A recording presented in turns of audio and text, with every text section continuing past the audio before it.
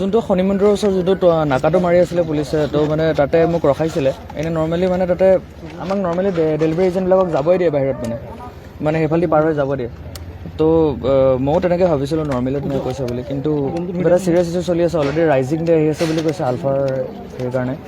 তো সেইটো কাৰণে মানে অকণমান তাতে নাকাটো অলপ বেছিকৈ লগাইছিলে, মোক মাতিলে মই মানে ভালকৈ গুৰুত্ব নিদিলোঁ প্ৰথমবাৰ। তো নেক্সট টাইম তেনেকৈ মানে আহি হয় অকণমান প্ৰহাৰটো মোৰ ওপৰত বেছিকৈ কৰিলে প্ৰথমবাৰ। কিন্তু মানে পিছত গৈ ভালকৈ বুজি পাইছোঁ যে কেছটো অলপমান বেলেগ আৰু, যে অলৰেডি ৰাইজিং ডেৰ কাৰণে কিবা বেলেগ চিটুৱেশ্যনতে আছে পুলিচ মানে, সেয়াই আৰু। আপুনি পলাবলৈ চেষ্টা কৰিছিল নেকি?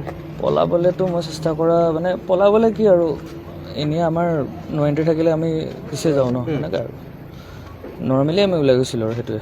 আপোনাক আৰক্ষী থানাৰ ভিতৰত যিহেতু ইতিমধ্যে ইমান সময় ৰখা হ'ল, আৰক্ষী বিষয়াগৰাকীয়ে বা আৰক্ষীৰ বিষয়াসকলে কিবা ভয় ভাবুকি দিছে নেকি? নাই, বৰ্তমান তেনেধৰণৰতো একো নাই। বৰ্তমান মই তেনেকৈ একো ভবা নাই কৰিম বুলি। আপোনাক কৈছে নেকি গোচৰ ৰুজু কৰাৰ কথা, তেনেকুৱা ধৰণৰ কিবা কৈছে নেকি? অলৰেডি মই গম পোৱা মতেতো একশ্যনটো লোৱা গৈছে তেওঁৰ ওপৰত, মই গম পোৱা মতে, যিহেতু তেওঁক ধৰক ছাছপেণ্ড কৰা গৈছে বুলি শুনা পাইছোঁ মই। বাকী মোৰ তেনেকুৱা একো তেওঁৰ ওপৰত একো হেৰি কৰিম বুলি মই ভবা নাই।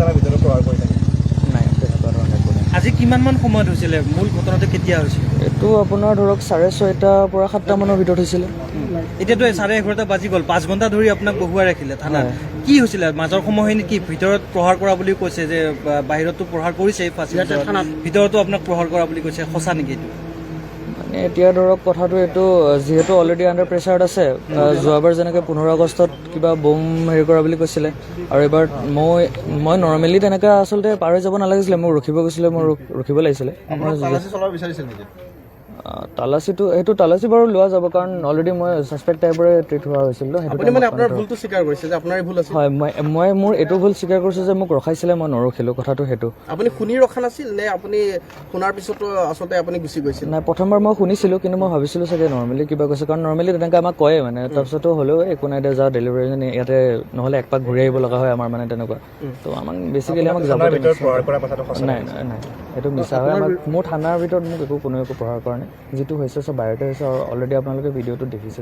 ভিডিঅ'টোত যি দেখা গৈছে আপোনাৰ ওপৰত আক্ৰমণ কৰিছিলে, আপুনি আৰু এই আৰক্ষী বিষয়াজনৰ বিৰুদ্ধে গোচৰ ৰুজু কৰাৰ কথা কিবা চিন্তা কৰিছে নেকি?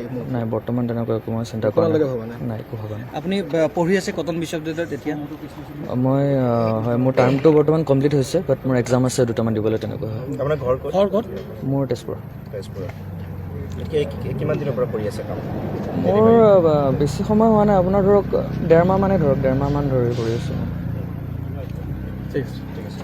এতিয়া কিবা শাৰীৰিক অসুস্থতা, কিবা প্ৰহাৰ কৰা আমি দেখা পাইছোঁ, যিহেতু প্ৰচণ্ড চৰ সোধাইছে, আপোনাৰ ডিঙিত টেটু চেপি ধৰিছে, গতিকে কিবা আপোনাৰ এতিয়া কিবা ইঞ্জুৰি মেডিকেল যিহেতু কৰা হ'ল আপোনাৰ? মেডিকেল মানে বেলেগ একো নাই, এইটো নৰ্মেল, এইটো অন দ্য স্পট যেতিয়া হৈছিলে তেতিয়া মানে অকণমান ইয়াতে ধৰক চুৱেলিং হৈছিলে, এতিয়া ধৰক অলপ ঠিক হৈছে, সেইটোৱে আৰু কি একো নাই। ঘৰত আপোনাৰ কোন কোন আছে এতিয়া?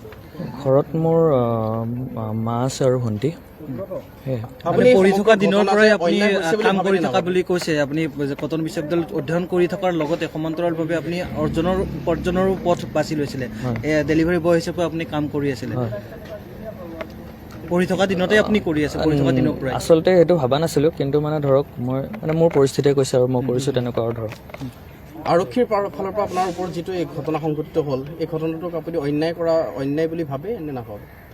প্ৰথম অৱস্থাত যদি মই নিজৰ ক্ষেত্ৰত কওঁ, দেন মই ভাবিছিলোঁ, কিন্তু পিছত যেতিয়া মই গোটেই কথাটো গম পালোঁ যে ধৰক অলৰেডি আণ্ডাৰ প্ৰেছাৰত আছে চব, আৰু ধৰক ৰাইজিং ডে আহি আছে বুলি মই যিহেতু কৈছোঁ আপোনালোকক, তো আৰু লগতে তেওঁৰ ওপৰত মোৰ একো পাৰ্চনেল তেনেকুৱা একো হেৰি নাই, কিন্তু হয় সেইটো এটা মমেণ্টত হৈ গ'ল মোৰ মতে, কিন্তু তেনেকুৱা হ'ব নালাগে আৰু নৰ্মেলি, কাৰণ আমিও যিহেতু ৰাতিপুৱাৰ পৰা সন্ধিয়ালৈকে ধৰক সেইটো নিজৰ কামতে থাকোঁ, তেওঁলোকেও যেতিয়া কামটো কৰে তো চবৰ কথাটো বুজি পাব লাগে আৰু মই অকল জাষ্ট নো এণ্ট্ৰিটোহে পাৰ কৰিছিলোঁ। ইতিমধ্যে আৰক্ষী বিষয়াগৰাকীক নিলম্বন কৰিছে, গতিকে আপুনি ভাবে নেকি যে আৰক্ষী বিষয়াগৰাকীৰ ওপৰত এই যি কঠোৰ ব্যৱস্থা গ্ৰহণ কৰিছে আৰক্ষী অঞ্চলক প্ৰধানগৰাকীয়ে, এয়া কৰিব লাগে নে নালাগে?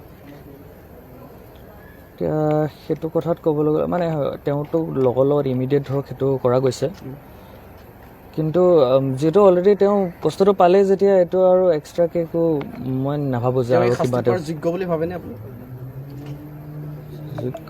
তেওঁ যিটো কাম কৰিছে সেইটো কাৰণেতো তেওঁ বাৰু অলপ হ'লেও সেইটো হৈছে বাৰু, সেইটো তেওঁ হৈছে বাৰু, যিহেতু অলৰেডি হৈ গ'ল। কিন্তু আৰু মই তেনেকুৱা ভবা নাই যে তেওঁ আৰু যে কিবা আৰু ফেচ কৰিব লাগে তাত ধৰক তেনেকুৱা। বাহিৰত ফাঁচী বজাৰত যেতিয়া আপোনাক প্ৰহাৰ কৰিছিল তেতিয়া দেখা পাইছো গৰমাগৰমি হৈছিল, তেওঁ আকৌ ধমকিও দিছিল আপোনাক। থানাৰ ভিতৰত যেতিয়া আহিছে আপোনালোক দুটা লগ লাগি আছে, দুটা সন্মুখাসন্মুখীও হৈছিলে, ভিতৰতো কিবা তেনেকুৱা দাবী ধমকি কিবা তেনেকুৱা কিবা কৰিছিল নেকি? ভিতৰত দাবী ধমকি এতিয়া ধৰক মই ঘপকৈ কিবা এটা কেছ হৈছে ধৰক নৰ্মেল ইণ্টাৰগেশ্যন আৰু যে কি হৈছিল, কিয় পাৰ হ'লোঁ, তেনেকুৱা ধৰক কথা আৰু কোৱাৰ পিছতো কিয় নুশুনিলোঁ ধৰক, বা নহ'লে আৰু তাৰপিছত যে এনেকুৱা আপুনি হ'ল। থানাত থকাৰ সময়ছোৱাতে যেতিয়া থানাত আছিল সেই সময়ছোৱাতে তেওঁক ছাছপেণ্ড কৰা হ'ল, হয়। তেওঁ সেই সময়ত আকৌ তেওঁৰ কিবা প্ৰতিক্ৰিয়া আছিল নেকি আপোনাৰ প্ৰতি? আপুনি থাকোঁতে আপোনাক মাতবোল কৰা বা নাই, তেনেকুৱা? তাৰ যেতিয়া মানে ধৰক সেইটো নিউজটো আহিছে ধৰক ময়ো গম পাইছোঁ, তেওঁ গম পাইছে, ছেম সময়তে গম পাইছোঁ। তাৰপিছত তেওঁ ধৰক একো তেনেকুৱা প্ৰেছাৰাইজ বা নহ'লে মোৰ একো হেৰি কৰা নাই। কিন্তু নৰ্মেল প্ৰচিডিউৰ ধৰক মই ঘপককৈ তেওঁলোকে এতিয়া কিবা হ'ল বুলি এৰিবও নোৱাৰে, বা নহ'লে কিবা কি হৈছেতো এটলিষ্ট সেইটো বস্তুটো ওলাব লাগিব তেনেকুৱা। আৰক্ষীক এটা ফ্ৰেণ্ডশ্বিপ ব্যৱহাৰ কৰিবলৈ দিয়া হয় পাব্লিকৰ লগত, কিন্তু এই ঘটনাটো বাৰু আমি ক'ব পাৰোঁ জানো ফ্ৰেণ্ডশ্বিপ প্ৰকৃত হৈছিল জানো, মানে হয় জানো জনসাধাৰণৰ লগত আৰক্ষী সফল হৈছেনে এটা বন্ধুত্বপূৰ্ণ ব্যৱহাৰ কৰাৰ ক্ষেত্ৰত? যিহেতু তোমাৰ ঘটনাটো বহু কথাই ক'লে এতিয়া।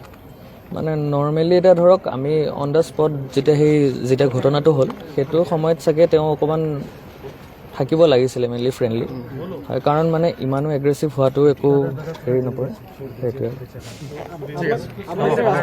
প্ৰহাৰ কৰাৰ কাৰণে কিন্তু আপোনাৰ লগৰ সতীৰ্থখিনি ওলাই আহিছে, কটনৰ সতীৰ্থখিনি ওলাই আহিছে আৰু আপোনালোকৰ ডেলিভাৰী কাম কৰা সতীৰ্থখিনি ওলাই আহিছে। হয়, আপুনি কি ক'ব এতিয়া গোটেই বিষয়টো?